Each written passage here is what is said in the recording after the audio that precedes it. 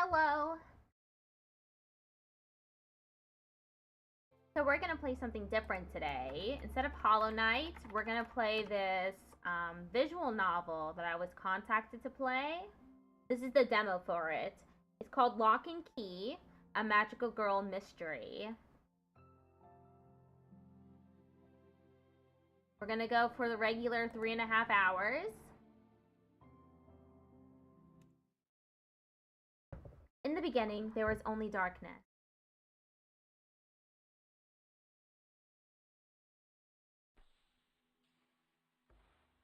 And from that darkness, two beings emerged, benevolence and malice. From them, our universe was born. And within that universe, one small planet was chosen as their eternal battleground.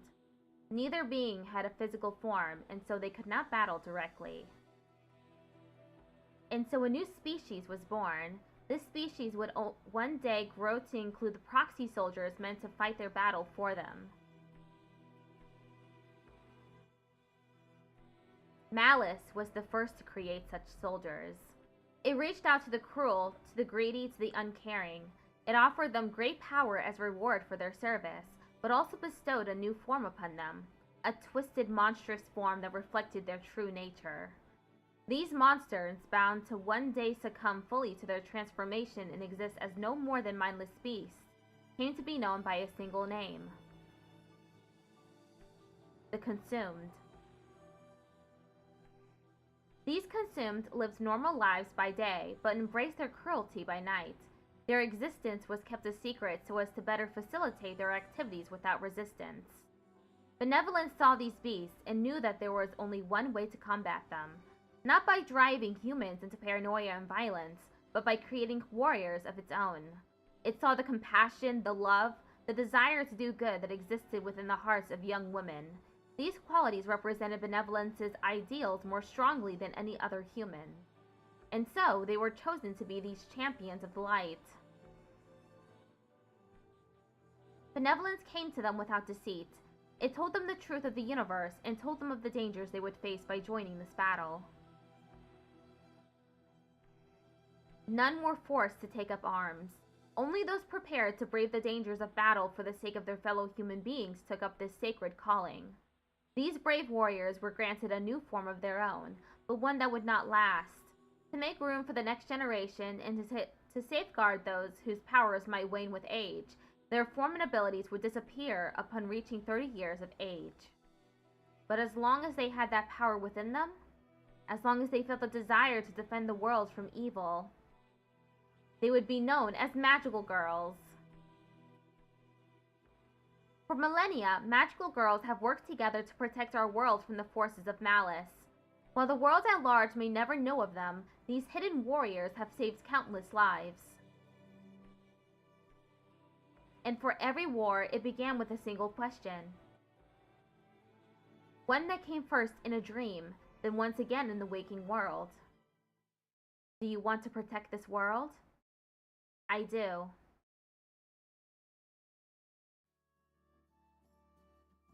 Lock and Key, a Magical Girl Mystery. Cohen! Huh? You done here? If I don't get my team on this scene soon, CPD is gonna have my ass. And dealing with them on a good day is already torture. I sigh and roll my eyes. The only thing worse in a case I can't crack is one where I have to deal with the cops. But I guess that's par for the course when you're looking for a serial killer. Locked room killer added to your data. I wish I could just tell them to piss off and let me focus, but a night in jail and a very worried wife would enough to keep me from trying that again. And at least Nat is nice enough to let me check out the scene, but that doesn't make up for the dirty looks I get from everyone else here. I guess they're not a fan of some punk doing their job for them. Give me a few minutes, I want to inspect the body again. Just hurry it up, and for fuck's sake, wear some gloves this time. Yeah. I can't explain to them why I need to touch things directly to use my powers on them, or why every time I do, I can't help but think of how this all started. It was easier when I was a kid. Back then, all it took was a dropped pen to find a consumed lair. Dealing with humans hurting other humans is much harder, not to mention more depressing. Can I have the room for a second? Are you seriously asking me to leave you alone in a crime scene? Seriously? Yes, seriously. Nat sighs and throws up her hands. She owes me, and she knows it. Fine, but if you breathe a word of this to anyone, the next crime scene is gonna be at your house. Natasha Rubinsky added to your data. For all Nat's bluster, I'll take dealing with her over dealing with actual cops any day of the week. At least she can't get away with attacking me. Which is a lot more than I can say for Chicago's finest. Bunch of pricks. She walks out with a huff, leaving me to work. As soon as she's gone, I remove one of my gloves and close my eyes. My powers of clairvoyance only work on inanimate objects. I was 15 when I first learned that includes corpses. At least it was a rarity back then. Back when I was actually saving lives. Helping people, as opposed to whatever I do now. With a sigh, I reach out and put my hand on the victim's body. Turn back the clock. Bring the past to me so that I might see the truth. For the sake of the innocent.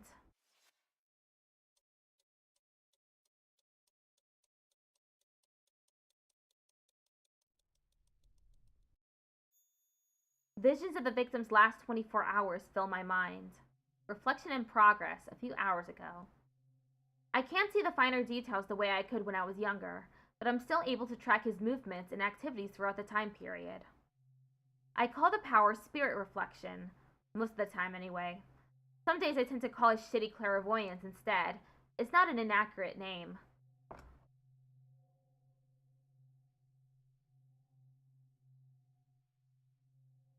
For starters, I can only see backwards, and even then, it's not nearly as powerful as real clairvoyance would be.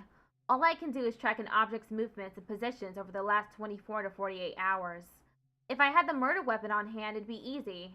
I could find out where it came from and get a vague idea of who'd held it. But there's only so much I can tell from a corpse. I know this is his house and that he hadn't left home today. I can see him moving from room to room. Then I see him struggling. His movements grow erratic in the living room. He tries to fight back, but it's not enough. My eyes snap open as I yank my hand away, but the image doesn't leave my head. It'll probably be there for the rest of the day. I wipe off my hands and rub my temples, the same familiar questions filling my mind. What am I doing here? Why am I still getting involved in this shit? I've got a master's degree, for God's sake. I could be working at a hospital. Hell, I could have my own practice. I haven't been a magical girl for more than a decade, but I'm still getting myself wrapped up in mysteries. And what happens when I lose my powers next year? Am I just gonna screw around in crime scenes and make wild guesses? It's not like these are new thoughts, but they've gotten worse lately. Especially today. It's her day, after all. My enhanced self-doubt is cut short by Nat slamming the door open again, looking at me with annoyance. Time's up. They're sending me and my team in now. Fine by me. I'm done here. Already solved the case and saved the day, Sherlock? Oh, totally. I'll have Moriarty in handcuffs for you by tomorrow morning. She doesn't respond, just jerking her hand toward the door in the universal gesture for get the hell out. I stand up and step back as her usual band of masked forensic guys file into the room. Nat glares at me as I continue to look around, blatantly ignoring her demand that I leave them be. It's not like it's illegal for me to be here, but her team has complained enough about me interfering enough already. Jerry, I'm not going to tell you again. Fine, I'm going. If the full forensic team is coming in, then the cops are sure to follow, and they'd be all too pleased to make me a scapegoat. I must have some nerve trying to actually solve the crime instead of finding some poor bastard to pin it on. Sure, they don't understand my methods, but I've still got a better track record than any of their esteemed detectives. Besides, I'm in no hurry to tell them that my method is being a former magical girl. They think I'm weird enough as is. Not like I care what they think, but still. I don't exactly miss fighting consumed, but sometimes I feel like I'd rather be risking my life fighting monsters than dealing with cops. At least then I was saving lives instead of just picking up the pieces.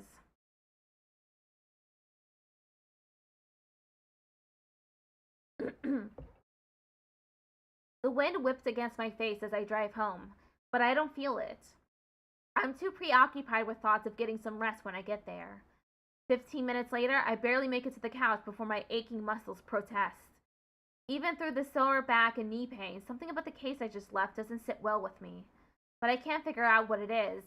It's not like I haven't dealt with a murder before. Hell, I've even dealt with multiple murders before. Maybe it's the lack of evidence?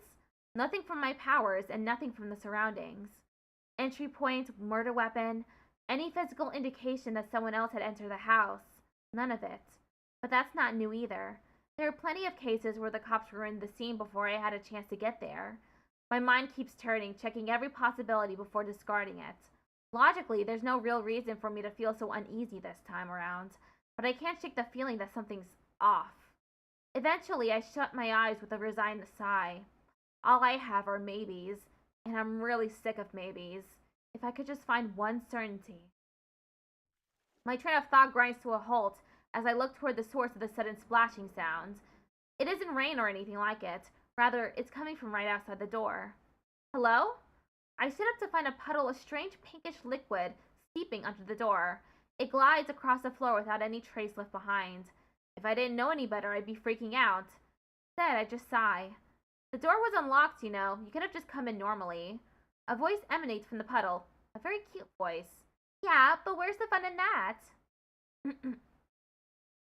As I watch, the liquid comes together into one point and begins to solidify, rising into a pillar before taking the shape of a beautiful woman. Long black hair streams down the newly formed head as the remaining facial features take their place. Keely's eyes open, and her mouth forms into a mischievous smile. There's no way I'm going to let my last year of shapeshifting pass me by without at least a few pranks. That one is a classic, after all. If by classic you mean grossing me out for over a decade, then yes, it is certainly a classic. That's exactly what I mean. Keely Cohen added to your data. I sit up and make room for her on the couch, patting the cushion beside me. Welcome home, baby. I lean my head back as she bends down to kiss me, the warmth of her lips offering welcome comfort. I never really feel at home unless she's here with me. As soon as our lips part, she hops onto the couch to sit down next to me, resting her head against my shoulder and wrapping her arm around mine. We both let out a contented sigh in unison. This is the best part of the day. How was your day? Not too eventful. My Mark was home, so I had to settle for just looking around the place. I think I'll go back for whatever's in his safe this weekend. Wait, you don't know what he's got in there? The guy's one of those rich executive types, so I'm sure it's something good. Besides, finding out is the fun part. Not always about the money, you know. That's why you're the best in the business, baby. Aw, thank you, sweetie. She gives me another kiss before snuggling closer to me. You'd never be able to tell by looking at her that she's one of the most notorious cat burglars in Chicago. Then again, that's part of why she gets away with it. Of course, being a shapeshifter doesn't hurt either. You make any progress in the case today? I sigh, wishing I could just forget today's visions. This job would be a lot easier if they didn't linger in my mind for so long. Nothing useful. Yet another locked room mystery just like the others. Either this guy's really good or I'm losing my touch faster than I thought. Don't say that, sweetie. There's never been a case Sherlock Cohen can't solve, right? I don't know. It's more than just being stumped. I just feel kind of burnt out, you know? Like I'm not sure if I even have the energy to see this case through, and putting up with the cost makes it even worse. Keely kisses my cheek. I can tell she's trying to hide the worry in her eyes for my sake, even though she knows she doesn't have to. Maybe you should retire early, honey. I know you're sick of dealing with them, and I've nabbed more than enough to set us up with a comfortable nest egg. I chuckle, running my fingers through her hair and kissing her forehead. And lose my chance to wine tea when I get home? Never. We both laugh at that one before settling into silence. I don't know how I'd make it through the day if I couldn't look forward to cuddling at the end of it. Maybe tomorrow you and I could go over the details of the case again? 2 heads are better than 1. And you know how good I am with murders. Don't say it like that. You sound like a serial killer. I do not. Besides, you know I'm more of a serial thriller. That was awful. Like, really awful. You're just jealous you didn't come up with it first. You'd think that after 12 years her sense of humor would have improved, but it hasn't. She's not wrong about being helpful, though. I might be good at putting together evidence in a pattern and drawing conclusions, but she's always been good at seeing the tiny details I might miss without her. I just always feel a bit guilty when I bring her in. She's got her own job, and making her do mine too feels unfair, but maybe that's just being stubborn. If you need me to break into the station and find out if they're keeping anything from you, I'm more than happy to. It's not like it'd be the first time. That was nearly 10 years ago. With those inflated police budgets, security would be way tighter than it was before. Cameras, more guards, that sort of stuff. And you almost got caught last time, remember? Are you saying that I've gotten worse? No way. I'm just saying that they've gotten better. A lot better. Hey, you never know until you try. I bet I could do it. I give her a kiss on the cheek before shaking my head. What happened to the shy little high school girl that I always looked before she left? Oh, her? I heard she got a little less shy when she married a real troublemaker. A troublemaker, huh? The worst kind. I lift her head up and kiss her again, much deeper this time. One of my hands moves to her side, drifting up and down her abdomen. But before I can go any further, she pulls away with a frown. We'll have to save this for later, honey. I need to get dinner started before Nina shows up. Oh, right. Yeah, of course. Shit, I'd completely forgotten she was coming over. If I let that slip, she'll never let me hear the end of it. And on today of all days, too. This case must be weighing on me even more than I thought. I've never forgotten about how important today is before now. It'll be good to have her here, though. Maybe it'll be the distraction I need. Even if it is interrupting another kind of distraction. In that case, I should probably go shower. I smell like a crime scene. I like your crime scene smell. And you think Nina would too? I mean, yeah. That's fair. I stand and stretch, letting out a long yawn. Hopefully a little cold water to the face will keep me awake through dinner. I owe her that much. You gonna need any help with dinner? I'll be okay. You can go ahead and clean yourself up. As I head toward the stairs and start to climb up, Keely calls out to me. Hey, sweetie? Yeah, babe? I'm really glad that shy little girl married that troublemaker. You and me both, honey. You and me both.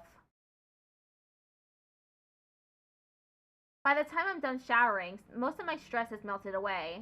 I can't fully get the image of the crime scene out of my head, but it only comes in flashes now. The house, the blood, the frantic movements of the victim. Using spirit reflection always leaves me with some kind of after image, but at least that helps when it comes to studying details. I towel off and throw on a clean shirt before heading downstairs. As soon as I do, the smell of my wife's cooking banishes those last few lingering flashes. All I can think about now is how much I want to dig into some udon. It's incredible how delicious her cooking has gotten lately. There you are! I was starting to worry that you'd fallen asleep in there. No such luck. After the day I've had, I wouldn't mind a little shower power nap. She giggles and turns her head towards me, giving me one of those little smiles that still make my heart flutter before going back to her preparations. God, she's gorgeous. Don't worry too much about being tired. Nina might as well be a natural shot of espresso. Oh, is she already here? Not just yet, but I'm sure she'll show up any second. You know how she likes to travel. Well, hopefully she gives me enough time to do this. I move up behind her, wrapping my arms around her waist and brushing my lips against her neck.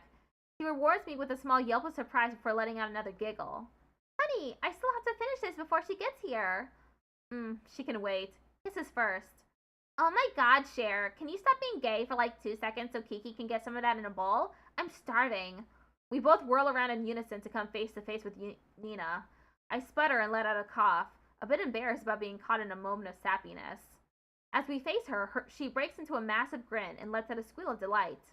As always, her excitement is infectious enough to help me get over my initial embarrassment at being caught in the act. Nina Alencar added to your data. Before we have a chance to speak, she bounds over to pull us into a gigantic hug. I miss you both so much. Next time I go on tour, I'm taking you with me. No arguing. Good to see you again, Nina, but maybe you could use a door next time? No goddamn way. As long as I can teleport, I'm never touching a door in my life. I pat her back, and she squeezes us even tighter. She's got me grinning too now. We missed you too. I can't believe how long it's been. 2 years, 73 days, 18 hours, and 12 minutes. That's 2 years, 73 days, 18 hours, and 10 minutes too long. Do you seriously keep track of it down to the minute? Oh no, I'm 100% fucking with you right now. You really thought, though. He releases the hug, winking at me with another grin. 23 years, and you're still falling for the obvious ones. Get it together, Cher. So she keeps track of that one, huh? No wonder I fell for it. Now, Nina. Play nice. Unless you don't want seconds on udon, that is. Nina bats her eyelashes and gives Keely the most innocent face she can muster. Pretty good. I'll be good, Mom. I promise. I'm a year younger than you. Yeah, but you've got, like, big mom energy, you know? Is that a compliment? Duh? I know you two aren't exactly hip to modern lingo anymore, but that one's pretty obvious. You say that like you're not 30. Nina huffs and gives me a goofy scowl while Keely goes back to finishing up dinner. I'm 29, Cher. I've still got a month before I turn into an old lady, and I'm going to make the most of it. All three of us are. So you're staying in Chicago all month then? You better believe it! I'm off tour for the next 3 months. We are gonna tear this shit up! I don't have the heart to tell her that Keely and I have long since passed the tearing shit up phase. But even if we can't keep up with Nina's speed, I'm sure we'll have plenty of fun. The way we used to. Before. Sweetie, could you grab a few bowls for us? Nobody's going to be tearing up anything on an empty stomach. Nina bolts to her chair and sits down, vibrating with excitement. I swear she's about to start drooling. I oblige my wife, grabbing us bowls and giving her a quick kiss before sitting down. Dinner is served. Keely's cooking is as delicious as ever. Nina certainly seems to feel the same way, eating her way through 2 packed bowls before I'm even halfway through my first. In between mouthfuls, she tells us stories about life on tour. Moving from place to place, dealing with crowds of fans, performing in front of hundreds of people. It makes our job seem easy by comparison. I'd probably crash and burn after a few months, but she's been going at it for nearly a decade now. And despite everything, she's still the same old Nina. The Nina I grew up with. Still bursting with energy, still driven to stand out for the crowd, and still full of love for us. I've always admired that ambition of hers. Even though I was the only one who she'd known since we were kids, she was still the one who brought us together to form a team. Everyone else was ready to rally around the girl with a big dream and a bigger attitude. Hell, I'm not even sure if I would have been able to ask Keely out without Nina pushing me to go for it. No wonder she got scouted right out of high school. Being a star was her dream, and her dreams always came true. That and the fact that she's got one hell of a voice, too. Although it would be nice if she didn't use it to yell so much when I'm sitting a few feet away from her. After we've all had our fill, I head into the kitchen and grab a bottle of whiskey and 3 glasses. Keely and I don't drink very often, but this is a cause for celebration. In one way, at least. OMG, you read my mind. Nothing like a little nightcap before I go. You're lucky there are no laws against teleporting under the influence.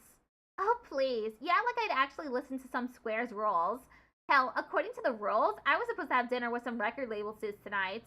You're not going to get in trouble for blowing them off on our account, are you? Don't worry. It's not like it was anybody that mattered. Besides, being here tonight is way more important than spending a night pretending to care about branding. Nina looks down at her glass, her expression suddenly darkening. Especially tonight, you know? I just nod and start pouring our drinks. We've been dancing around tonight's special occasion since Nina arrived. But I know that couldn't last forever. Keely looks down at the table, swirling her drink and letting out a wistful sigh. How old would she be now? 27? Yeah, it's been 12 years now. Doesn't feel like it, though. It really doesn't. Sometimes it feels like it happened yesterday. Other times it feels like a century ago. Death is strange like that. No matter how much I've seen, I know I'll never get used to it. I raise my glass and they follow suit. Happy birthday, Elle. Happy birthday, Elle. We throw back our drinks, the warm burn of the alcohol, a blessing after the chill that filled the room when we said her name. In the moment it feels like she's here with us, that goofy little smile lighting up the room like it always did. When Keely puts her glass down, I can see a few teardrops streaking down her face. I squeeze her hand under the table and she manages a small smile in response. Nina's stony expression, meanwhile, betrays nothing. I silently pour us another round of drinks, muttering a snippet of the mourner's Kaddish. Oh, I don't know how to pronounce that. May he who creates peace in his celestial heights create peace for all of us. Amen. L. Byrne added to your data. After another moment of silence, Nina speaks up with her usual pep. Okay then, I think it's time you told me about that juicy new case you mentioned. It sounded like pretty next level stuff. I'm sure some people would consider her insensitive for jumping right into another topic like this, but Keely and I don't mind. It's better than spending the rest of the evening in mourning. Elle probably wouldn't have wanted that. Besides, it's not like I don't want her inputs. That's why I told her about it, right? Looking to flex your detective muscles too, Nina? Hey, I'm an international woman of mystery. I didn't realize catching serial killers was part of the pop star life. Sounds like somebody isn't in the know then. Now show me those mad investigator skills. I take another sip of my drink before giving her the gist of things. The lack of evidence left at the scene, how there's no tracks to follow, no clear motives or connections between the victims, etc. She'll occasionally chime in with questions about crime scene details, still drawing from those magical girl instincts. Keely helps me fill in the gaps as well, leaving Nina scratching her head. Damn, that's fucked up. Yeah, no kidding. Does anything in particular stick out to you, Nina? Well, nothing about the crimes themselves, but... She stares at me, fire suddenly appearing in her eyes. Something sticks out about how you're investigating them. What's that? The fact that you haven't put your wife's special talent to use. Keely cocks her head to the side, confused. How would shapeshifting help solve the case? No, your other special talent. Knitting? Oh my god. Nina flings out her arms, waving them up and down in an arc around her. Aura reading? Hello? Oh. Keely's eyes widen as the significance of what Nina is saying hits us. Oh, of course. Here, have you even looked for magic at the scene? I mean, let's be real. No murderer can be that good. If they're so mysterious, why not see if they're consumed? Any magic left at the scenes would be too faint for either of us to pick up, but Kiki's always been the best of us when it comes to aura. Of course. I've spent so many years going after humans that the thought of a consumed killer never even crossed my mind. How could I miss something that simple? I really am losing my touch. Find the aura, find the killer. Easy peasy. That's actually brilliant, Nina. I told you that catching serial killers was part of being a pop star. Maybe we should check that out tomorrow night, sweetie. You want to come with us, Nina? Nina laughs, taking one last swig of her drink. No way! That sounds like a perfect date night activity. You two have fun with it. I've got nightlife to enjoy. You can really go to clubs that easily? Aren't you worried about it getting noticed? Don't you worry about me, Cher. The paparazzi haven't figured out a way to get around teleportation. Not yet, at least. Keely giggles at that one, and I can't help cracking a smile, too. Anyway, now that I pretty much solved your case for you, I think it's about time I hit the road. My producer is gonna have a heart attack if I don't tell her where I am soon. Don't forget to cut me a check once you get paid for catching this dude, though. You don't want to stay for dessert? We have some cake at the fridge. Nina smiles and shakes her head, standing up and stretching. Save a piece for me, Kay? I'll come back for it when I can. She pulls us both into one more tight hug, as warm as ever. I love you too so much. And don't you forget it. I promise I'll come back real soon. You better. I didn't even have a chance to paint your nails. Soon, babe. Cross my heart. Just make sure you let us know before you teleport in here. Married couples need their privacy, believe it or not. She steps away, adjusting her hair and giving us one last wink. No promises. And with that, she's gone as quickly as she arrived. Keely takes my hand and leans against me, looking at the spot where Nina was standing just a moment ago. She seems like she's doing well. A lot better than she was last time. Definitely. And you weren't kidding. She really is a shot of espresso. You're wide awake now? I lean down and kiss her forehead, wrapping an arm around her. Very. Come on, let's go upstairs. I could stand to unwind a bit before bed. Keely raises her head to meet mine, kissing me gently. You don't have to tell me twice. It's not like we haven't done this before, but I can't quite shake the feeling that we're doing something wrong. I'll have us inside in a jiff. Just watch. Keely's confidence brings a smile to my face, even as we're standing outside a crime scene in the early morning hours of the morning. I haven't seen an officer on watch, but there's no doubt that one is somewhere close by. Even though we're hidden, I'm still on edge. Don't worry, we'll be in and out before you know it. She squeezes my hand, interlacing her fingers with mine in a gesture that always brings me peace of mind. Whatever's got me so on edge tonight feels a bit further away. Once we're at the front door, Keely's form falls away and she oozes beneath it. A moment later, the door clicks open, and there she is.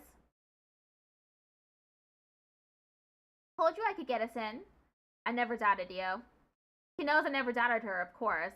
I haven't doubted her abilities for years now, but the smile on her face makes it clear that she appreciates the affirmation. And if she's happy, then so am I. But as soon as we take a few steps into the entranceway, the smile fades. Keely stops in her tracks and takes a deep breath. I don't like this. Feel something already? There are definitely signs of a struggle in here, but this isn't where he died. It's faint, but this aura. Something strange. Let's keep moving. I nod, though I'm worried. Keely has such a talent for sensing aura, so it's no wonder that she sensed a dangerous vibe immediately. But even though my senses have always paled in comparison to hers, I should at least be able to sense something. Have my senses really degraded that much? I know I only have a year until they're gone for good, but even now I should still be able to pick up something if I focus on it completely. Is it because of whatever's strange about this aura? I shake my head, dismissing the conjecture, That's not what matters right now. Instead, I lead Keely to the living room and point out where the body was. It's long gone by now, and the police have cleaned up most of the bloodstains. Unfortunately, it still reeks of detergent. Still, Keely doesn't need to see another corpse. Just because I've gotten desensitized to them doesn't mean she has. She's always been the more empathetic one. Is this the room? This is the one. He was on the floor near the ottoman. As far as I can tell, he was injured somewhere else and then pursued through the house until he succumbed to whatever was chasing him in here. Horrible. What a sad way to die. Her foot taps against the floor, betraying an uncertainty I know all too well. It's a telltale sign that whatever she doesn't understand is making her nervous. I step forward and put a hand on her shoulder, hoping to calm her down the way I always do. I don't like being here in the middle of the night, nor do I like putting Keely in danger. But I couldn't say no to her about something this important. Hey, we don't have to stay if it's giving you out. We can leave. Keely shakes her head. It's not that. I don't think I've felt energy quite like this before. It's new. New? I mean, all consumes are different, but there's something really off about this one. It's not normal. So there's no question about who did this then, or what. The serious tone in her voice worries me. We've dealt with particularly strong ones before. Not like this. Even the powerful ones felt familiar. The consumed all have similar energy, just like magical girls. But this, it doesn't feel like a consumed. Not entirely, anyway. I grasp her hand in mine, returning the squeeze from earlier. Even if I can't tell what she's sensing, I trust her every step of the way. Keely closes her eyes to think, and the air around her billows in soft, soothing waves. I don't know if it's a side effect of her powers or simply how I feel about her, but it's immensely calming to be next to her while she works. My shoulders sink, my muscles relax, and my head clears. It's magic of a different kind. Whatever this thing is, it's long gone. That much I can say for sure. Spirit Reflection told me the same thing. It's been at least 24 hours, probably more. Keely looks at me confused. No, it hasn't. If that was the case, then the aura would be completely gone by now. That must mean... It came back. I don't understand. A normal human might return to the scene of the crime, but the consumed are like animals. Why would one go back to the same house they'd already attacked? It doesn't make any sense. Could it have come before the attack too? Would it be intelligent enough to scout the place out first? No, that's ridiculous. I'm getting way too far ahead of myself here. Gotta focus on the now. I'm going to go check through the other rooms to see if there's anything else I can pick up. You gonna be okay down here? I'll be okay, promise. I'll see if I can find anything I might have missed. Just let me know if you sense anything dangerous, okay, baby? Babe? Be safe. Don't you worry about me. I still remember how to kick ass. I know, baby. I know. She trots upstairs, leaving me alone. There's not many personal effects left in the room. Anything that looks to be even remotely useful has been confiscated by the cops. It doesn't leave me with much to work with, other than the furniture.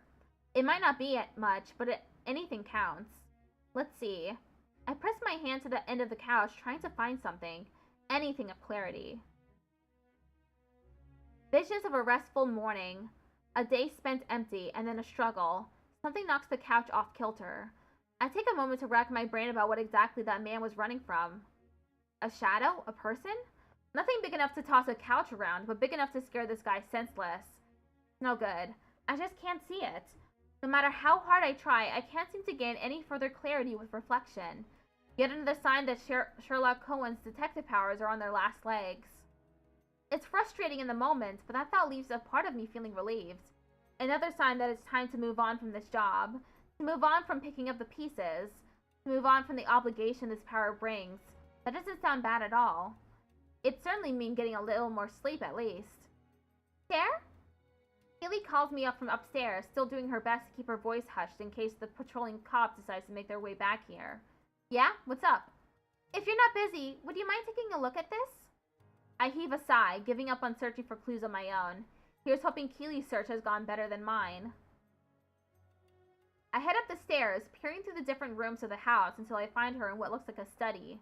Keely stands in front of a row of shelves, looking at something on the top. Hey babe, what's up? This, here. Keely points to a framed photo. Within it are a man and a woman looking happy together. Judging by the hair, the man must be the victim. He looks so different in life. Do you think the girl is suspicious or something?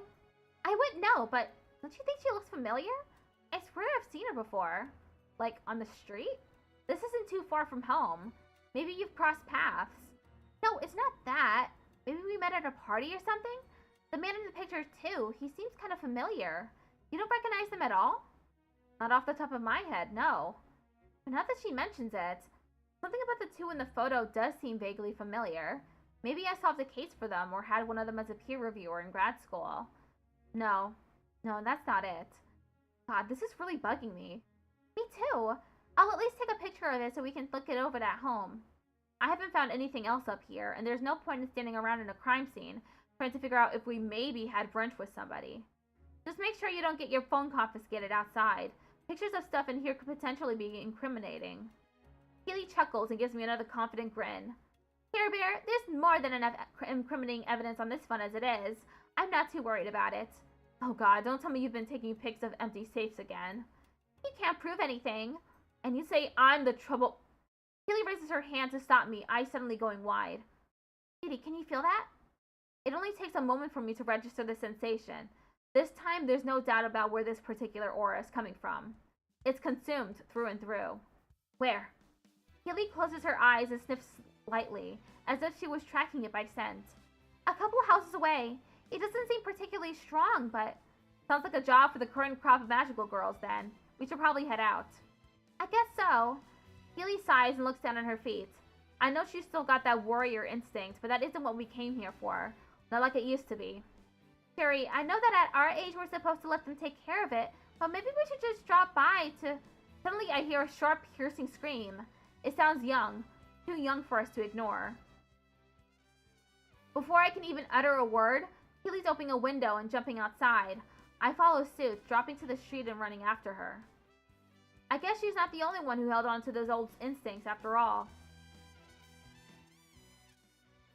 Keely leads the charge as we rush toward the spike of magical energy, spurred on by another monstrous roar. All I can do is offer a silent prayer that we'll make it in time. You won't get away with this, fiend! There, down that alley. She skids right and I follow. We don't have to travel far before we see it. A grotesque mass of tentacles and eyes, the entire width of the alley bursting forth from a human torso, with its appendages in the process of wrapping around its would-be prey. Consumed. Get out of here! It's not safe for you! Despite the creature gaining the upper hand, the girl calls out to us in the familiar protective tone of one of the city's guardians. While it's a bit disconcerting to recognize that the girl is barely a teenager, Keely and I know better than anyone that magical girls can start young. It's not just the outfit that gives her nature as a magical girl away. It's the fact that nobody else would be able to prioritize the safety of bystanders while they were in that position. But we're no ordinary bystanders. I glance over at my wife, who looks back at me with a determined smile. Use it or lose it, right? I nod and give her a thumbs up in return. I guess it's time to shake the rust off. Ready when you are. I close my eyes, readying myself for the transformation. Here's hoping I can still remember the words. Keely's hand finds mine, and we begin. For the sake of the world, we will be its guardians. Let our spirits shine through. Don't tell me.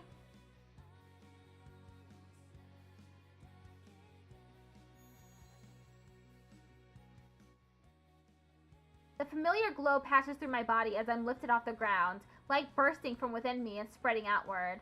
Our clothes disappear, swiftly replaced by our old uniforms in a cascade of ribbons and magic. I'm surprised it still fits. My revolver appears in my hand as I drop to the ground, my body brimming with power. Prepare to face justice! Keely drops down next to me, her whip snaking out from her hand as she opens her eyes. You will not escape our judgment! We are magical girls! The girl's screams go quiet as she stares at us in disbelief. The consumed, too, has frozen as it looks toward us with surprise. It definitely wasn't expecting two full-grown women to be ready to fight back. Keely charges down the middle, trusting me to follow her strategy. We don't need words to work together. Our minds can align perfectly at a moment's notice. Yet another perk of working with my wife. I dodge to the right towards the wall, jumping off effortlessly up to the third floor of the building and landing on the fire escape. The consumed doesn't notice my maneuver, its animalistic mind still focused on Keely as she swings her whip in front of it. I can't see her face, but I know she's smiling. Judgment Cage! Entwine him! She swings her whip straight down the middle, thorns ready to slash the monster's hide, but it doesn't move away. Instead, a sickening laugh erupts as Keely launches her whip forward. It slaps the whip away with one tentacle and shoots another toward Keely with frightening speed. Its tip sharp enough to pierce straight through her. Bad move, monster. Very bad move. Keely shifts in an instant, making a hole in her abdomen that the tentacle passes through without so much as grazing her. Get ready to fire! The reduced mass of her torso warps up towards her arm, extending it forward and flashing the whip past the consume's grasp, right where we want him. When I pull the hammer back, the chamber of the gun fills with brilliant lights. 6 shots are more than enough. Keely's whip encircles the monstrous mass. It moves with a mind of its own, binding its tentacles to his chest and tying its legs together. Judgment Cage never fails. Now it's my turn. I fan the hammer as I fire 5 more times, rapidly releasing an arc of holy spheres towards the target.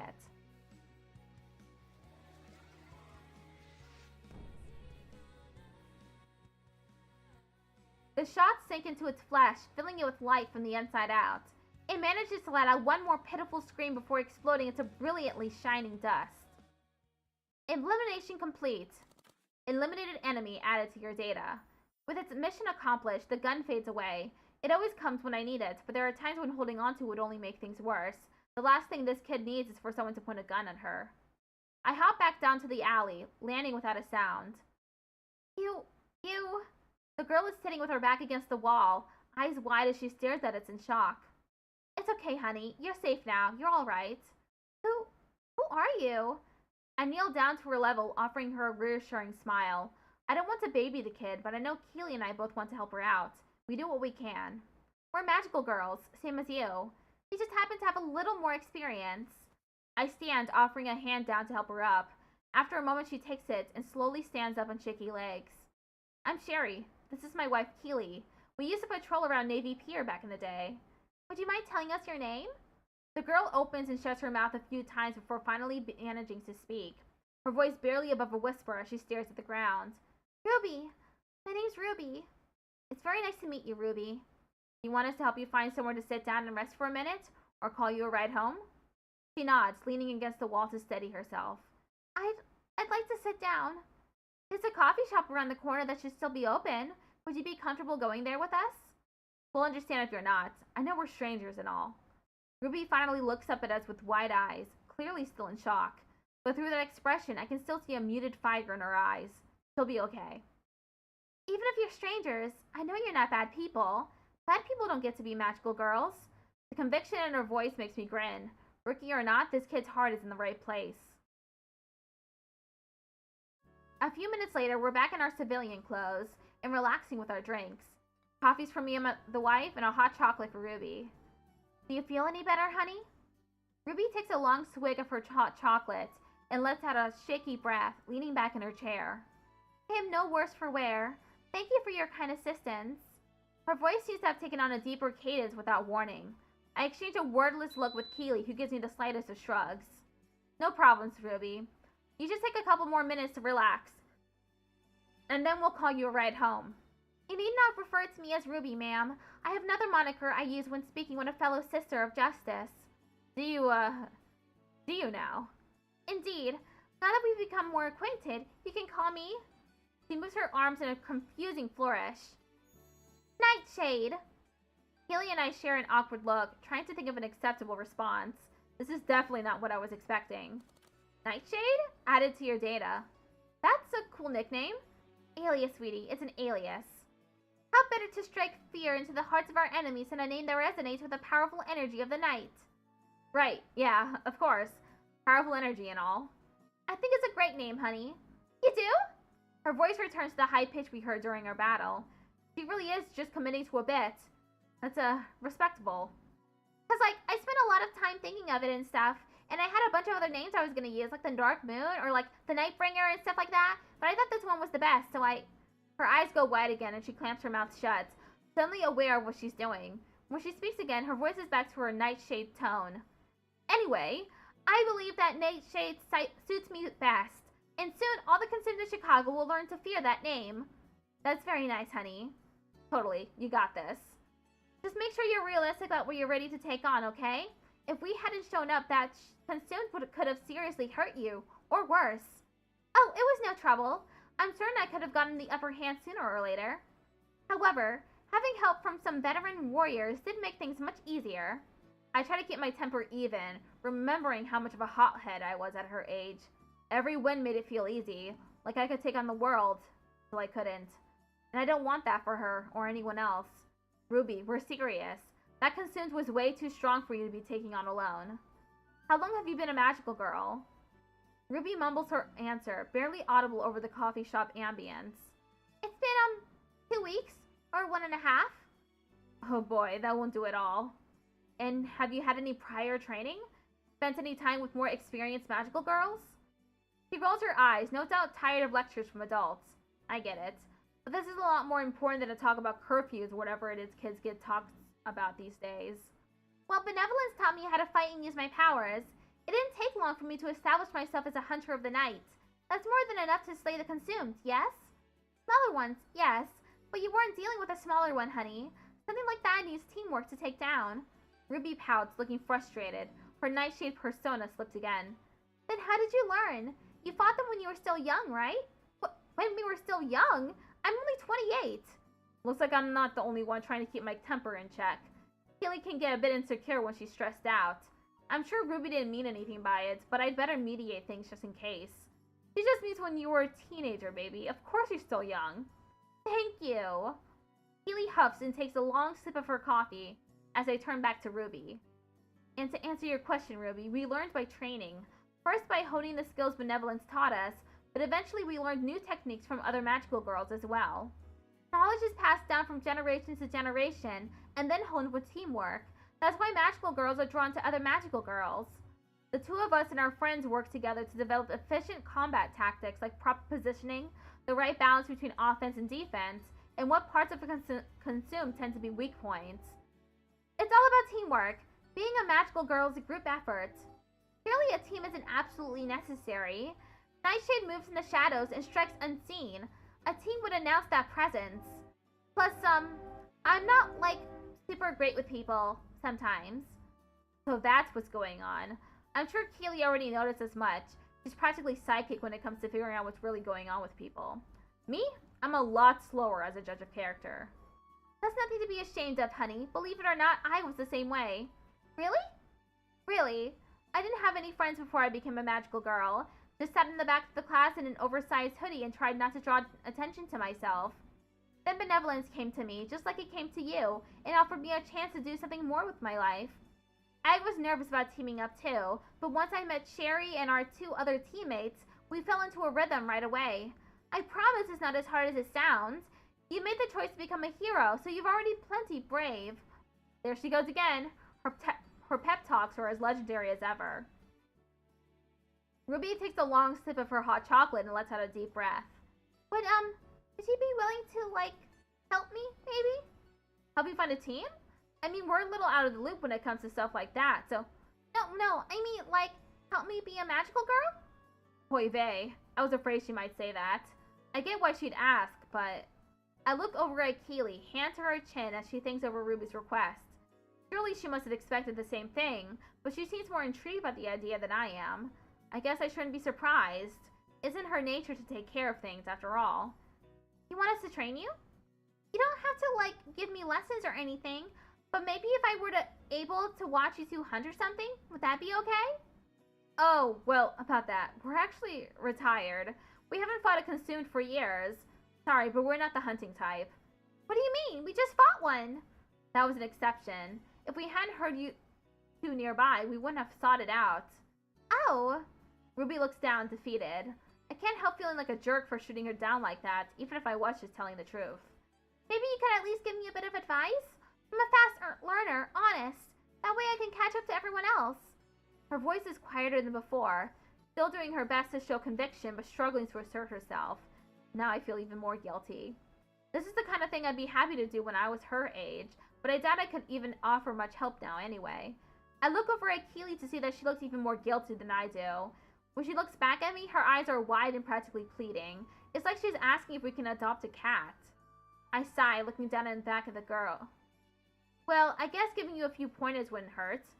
Ruby instantly perks up. So does Keely. You mean it? Yeah, I think we can do that. I don't remember too much of what we really set in stone back then, but we can tell you about some tactical considerations and weaknesses you can exploit. That sort of stuff. And it would be a good chance to try out that magical girl themed workout regimen I was telling you about. She plays it off as a joke, but a look at Keely's grin tells me how excited the idea makes her. No way does she want to stop at tidbits of advice. She really wants to train her. Training a rookie magical girl. Honestly, that might be just the thing she needs to help her feel better about our time as magical girls running out.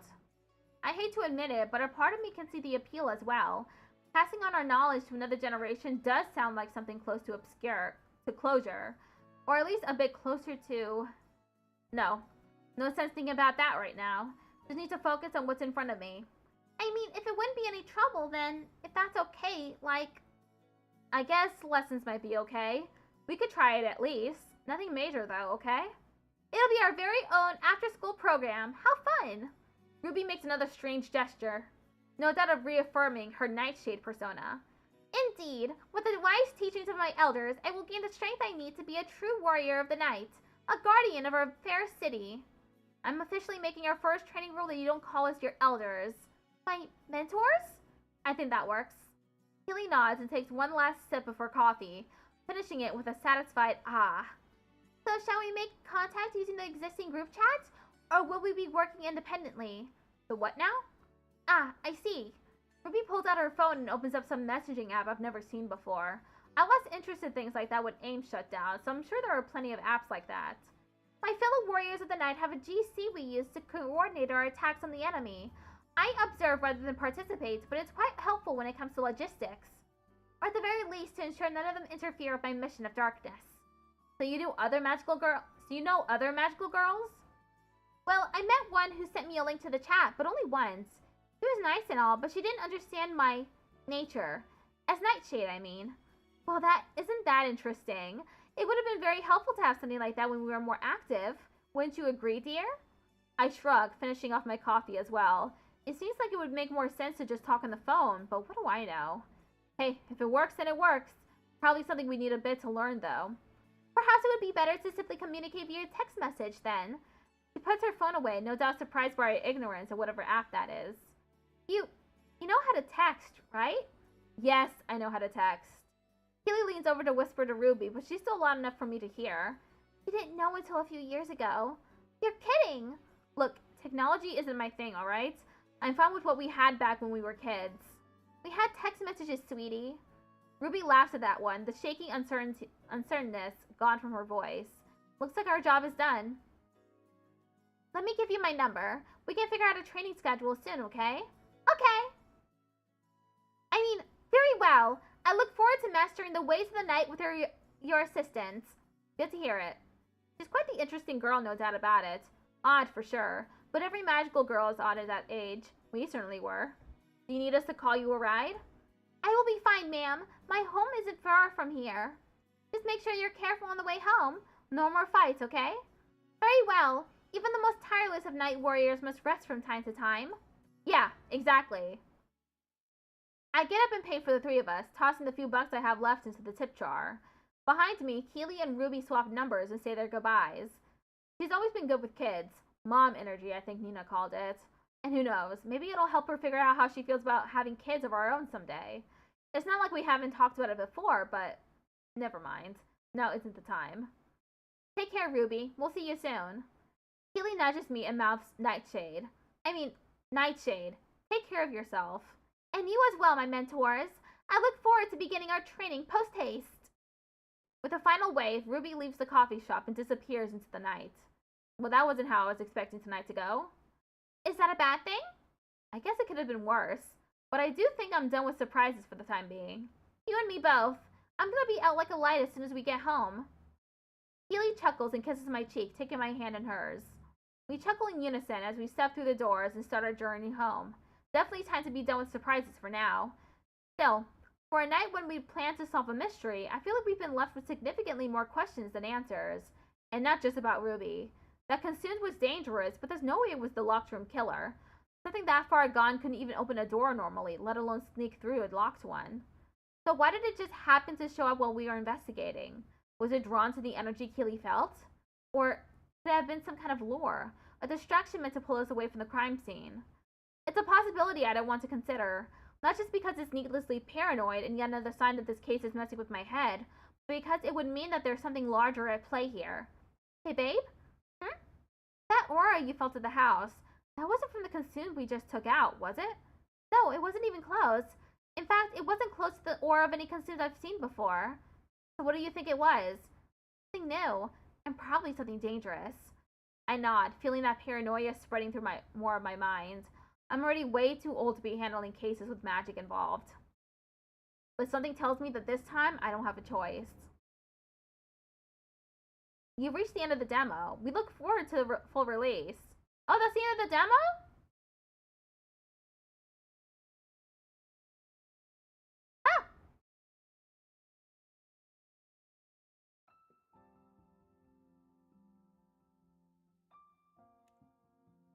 Okay, let's look at the data. Sherry Cohen. Date of birth, January 7th, 1990. Hobby, collecting stuffed animals. Favorite food, coffee cake. A former magical girl turned private eye, Sherry Cohen has served as the owner and sole employee of Cohen Investigations for the past 5 years.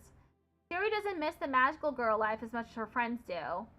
After they retired at the end of high school, she chose to focus on her education rather than attempting to recapture her former glory. Sherry graduated with a degree in psychology in 2012 and acquired her master's degree in 2014. When gay marriage was legalized in Illinois later that year, she married her high school sweetheart Keely Takada, with whom she'd been in a relationship for the last 8 years. Now a married woman, Sherry chose to forego establishing her own practice in favor of becoming a private investigator. Why? Perhaps out of some sense of obligation to her past, or perhaps it was because it was a lot easier to launder money that way. Ability. Sherry's spirit reflection grants her limited clairvoyance when touching an inanimate object. By concentrating, she can track the object's movement, status, and other factors over a 48 period. The tracking details are most accurate within the first 24 hours. Weapon. The Purification Pistol is an accurate and extremely powerful weapon at mid to long range.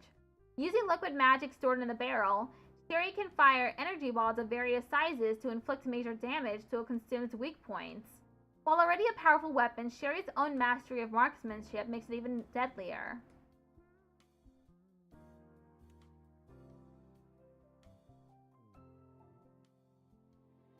Natasha Rubinsky, a forensic scientist specializing in on-site crime scene investigation. Natasha Nat Rubinsky is Sherry's longtime acquaintance and key source of information about police activity in the city. While the two are far from friends, Sherry's consistent ability to get results and Nat's authority to keep the cops away from her make for some very effective teamwork. Nat is aggressive, argumentative, caustic, and an overall pain in the ass, but at least she's got enough common sense to know what it takes to get results. Doesn't mean she's going to be friendly about it, though. Keely Cohen. Date of birth, March 7th, 1990. Hobby, knitting. Favorite food, takoyaki. At first glance, you could be forgiven for thinking Keely Cohen, née Takada, is a fairly typical housewife. That's entirely by design, of course. As one of the most successful cat burglars in Chicago, things are a lot easier for Keely if she looks utterly normal. It certainly worked out well for her so far. Given her much greater attachment to their days as magical girls, Keely refused to abandon her abilities as she entered adulthood. It wasn't long after she graduated high school that she realized how suited her shape-shifting abilities were to thievery, and didn't hesitate to take advantage of that fact. Making sure to steal only for the ultra-rich, Keely found herself with the oh-so-rare job that manages to be fun and pay well. She even gets to choose her own hours, and when she reaches 30, she'll be able to retire and spend the rest of her life in comfort with her beloved wife. But can she really let that life go so easily? Ability. Keely's mass manipulation allows her to stretch, alter, and otherwise manipulate her own physical form. This can be as major as flattening herself to slide under a door, or as subtle as altering her own fingerprints so as not to leave evidence at a crime scene. The ability's only major weakness is that it is incapable of any change that would affect her base mass/weight. Weapon. The Lash of Judgment is a long, flexible, yet extremely durable whip. While capable of injuring consumed at close range, with its powerful slashes and surprising weight, its primary function is to capture and restrain consumed so Keely's teammates can dish out heavier damage. As a support weapon, it is best suited to coordinated use. Elle Byrne. Sherry, Keely, and Nina's former magical girl ally. Always the baby of the group, she was the whole team's little sister and loved dearly by her 3 closest friends. She passed away in 2007, long before her time. Elle Byrne was 15 years old when she died, and the shock of that death changed her 3 friends forever. But how did she die? What happened that fateful night? And why couldn't Sherry, Keely, and Nina stop it? Stock. A recently corrupted consumed, Stock was once a powerful hedge fund manager operating out of the financial district. A deal with Malice seemed like the best way to guarantee monetary success, but like so many other consumed, his greed blinded him to the dangers of making such a deal. A consumed being inexperienced doesn't stop it from being deadly. If Sherry and Keely hadn't stopped it, Stock would no doubt have gone on to claim several more victims. Such is the nature of those who give in to their insatiable hunger. Nina Alencar. Hobby, racquetball. Favorite food, strawberry cheesecake. Nina Alencar has always been a star. Sherry's childhood friend was dazzling crowds during talent shows as early as elementary school, and by the time she graduated high school, she was already being scouted by multiple talent agencies. Her debut album, Rhinestone Reminiscence, was released in 2010 and became an instant nationwide hit. Now in the process of preparing for her 4th album, Forever Young, Nina has spent the entirety of her 20s in the spotlight and loving it. Despite this, Nina's days as a magical girl are still fresh in her mind. The style of her original magical girl outfits and graceful movements stemming from years of combat both played a large role in her developing career. It remains to be seen how much those fundamental elements stay with her when she becomes the first of the group to lose her powers. Ability. One of the most powerful and versatile abilities around, Nina's recollection stab allows her to teleport to any human being she's previously made physical contact with. While these days she mostly uses it to avoid the paparazzi, it also allows her to jump from teammate to teammate in battle in order to reach better angles of attack without putting herself at risk. With such an overwhelming tactical advantage, it's no wonder she ended up team leader.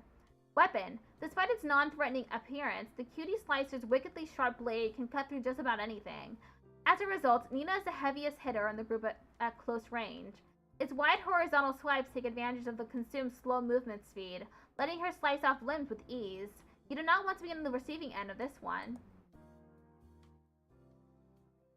Locked Room Killer. The Locked Room Killer, also known as the Phantom Slasher, is a serial killer that has been terrorizing Chicago for weeks. With the police uninterested in protecting the people, now reached out to Sherry after the 3rd killing to ask for help. Each of the grisly murder scenes have 3 things in common: a battered body, a locked door, and a near total lack of evidence. How many more lives will they claim before Sherry can solve the case? Locations: the Cohen household. A small but cozy 2-story home where Sherry and Keely have lived for the past 5 years. Thanks to Keely's very successful career, the 2 women were able to buy the home outright rather than rent. Sherry isn't much for furnishing, but Keely has taken to making sure the place really feels like theirs. Just don't ask her where she got the fancier decor.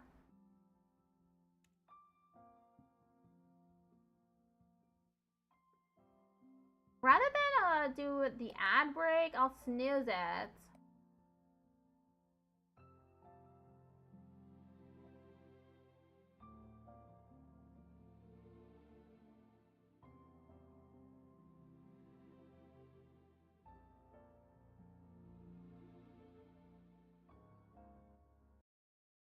And I think I'll end the stream for now. I'll definitely be asked for a key so that I can continue playing the game. Because it's interesting so far. I am interested in finding out more about this serial killer and helping this new magical girl, Nightshade, train. It's interesting that the magical girls have a group chat.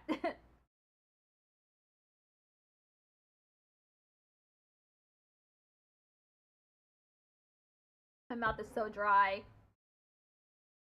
I wasn't really feeling like streaming today, so I was glad to get an email for the game.